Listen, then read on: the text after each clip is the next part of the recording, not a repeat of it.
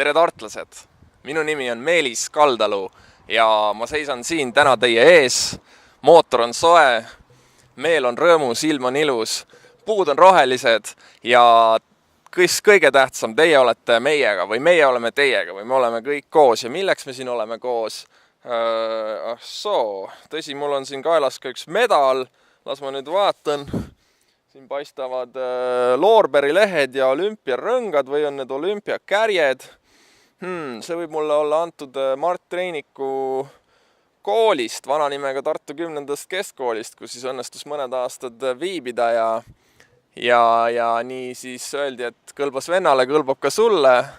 Osaletud kõige tugevamad distsipliinid mul seal olid ajalugu ja geograafia, sai neis osaletud, esindatud ka oma au, oma kooliau linna vabariigi tasandil. Võib-olla siis sealt, et meenub ka, et hiljem ju ajaloos läks vist nii hästi, et isegi aasta pedagoog Aime Punga oli sunnitud mind ilma eksamiteta siis Hugo Treffneri gümnaasiumisse lubama, kus õnnestus mõned aastad viibida. Iga päev Treffneristi jaoks on pidupäev, nii ka tänane päev. Ja taoline, ütleme niimoodi, seaduste, reeglite, tausta vaatamine on tegelikult sealt maalt mulle juba küllaltki omaseks saanud. Meenub, et õnnestus siis omal ajal esindada üliõpilaste huve ka Tartu Ülikooli kõige kõrgemal tasandil, siis võita üliõpilasesinduse valimised sotsiaalteaduskonnas ja siis lausa Tartu Ülikooli üliõpilaskonna esimehena Tõnis Lukasega, tollase ministriga, piike murda või siis ütleme pigem nagu nõu pidada küllaltki keerulisel kärbete ajastul 2009. aastal. Jah, see selleks, aga nüüd ma olen tagasi ja ma arvan, et selle medali me võime panna kõrvale. Mul on kaelas ka lips ja küsite miks, eks ikka selleks, et sekkuda koos teiega, kallid inimesed, munitsipaalpoliitikasse. Nagu me teame, siis Eesti Vabariigi põhiseadus sätestab, et kõigil meil on õigus osaleda poliitikas nii aktiivselt kui passiivselt. See aktiivne ja passiivne on küll mõnevõrra segi aetud minu meelest, nimelt aktiivseks valimisõiguseks loetakse seda, kui sa annad oma hääle ja passiivseks seda, kui teised saavad sulle seda häält anda. Võib-olla võiks olla vastupidi, aga igal juhul selleks ma siin seisangi, et ütelda teile kõigile, et teeme midagi koos. Näete, mul on jah siin ilus lips ka kaelas, et sarnaneda meie armsatele munitsipaalpoliitikutele. Oih, aga seda ma küll ju ei taha teha. Nii et selle lipsu võtame kohe eest. Ja mõtleme, äkki annab sellega midagi paremat korda saata.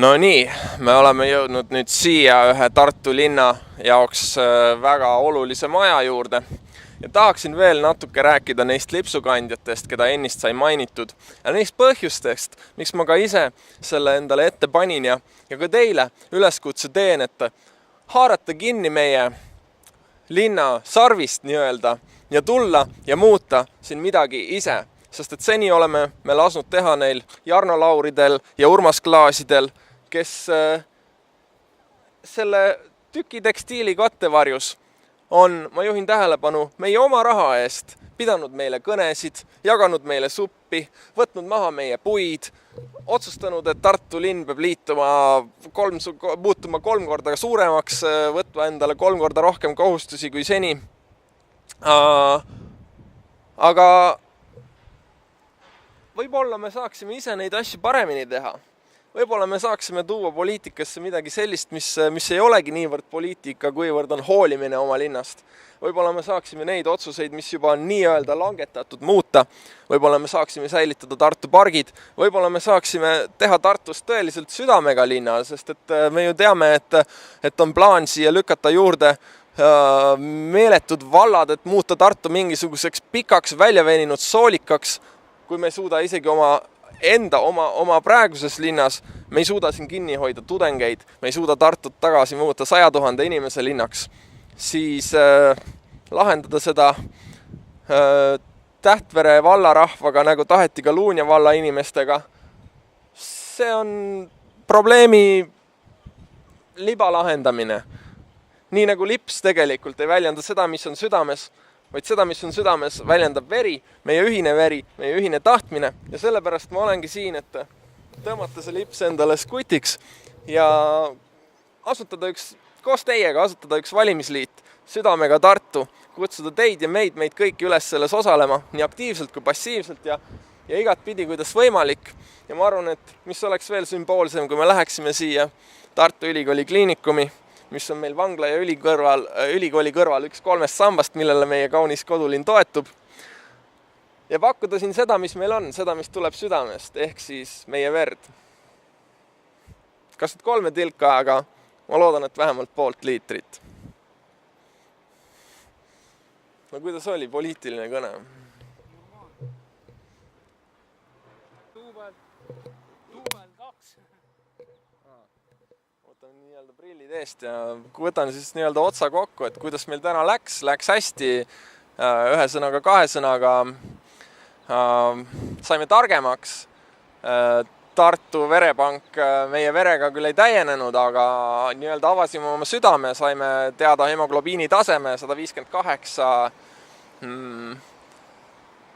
AIDSi, HIV-i, C ja B hepatiiti ei määratletud, kuna viimasest suguaktist on siis möödas alla 4 kuu, aga miks mitte, et kui on meist paremaid võib-olla püsipartneritega inimesi, Urmas Klaas, Jarno Laur, see on väljakutse teile, et verekeskus ootab ja samamoodi ootame meie, et millal te selle sigaduse ära lõpetate. Te juba lubasite meile seda parki, nüüd te olete uuesti välja kuulutamas arhitektuurikonkurssi, te lubasite Holmi pargist meile nii-öelda 30%, nüüd me oleme näinud, mis kavandi te seal välja valisite, et see kõik läheb ühe otsaga sinna ja tuleb teise otsana välja linnakodanike vaba tahte avaldusena, milleks siis ongi meie valimisliit Südamega Tartu ja me kutsume teid kõike, et tulge, olge.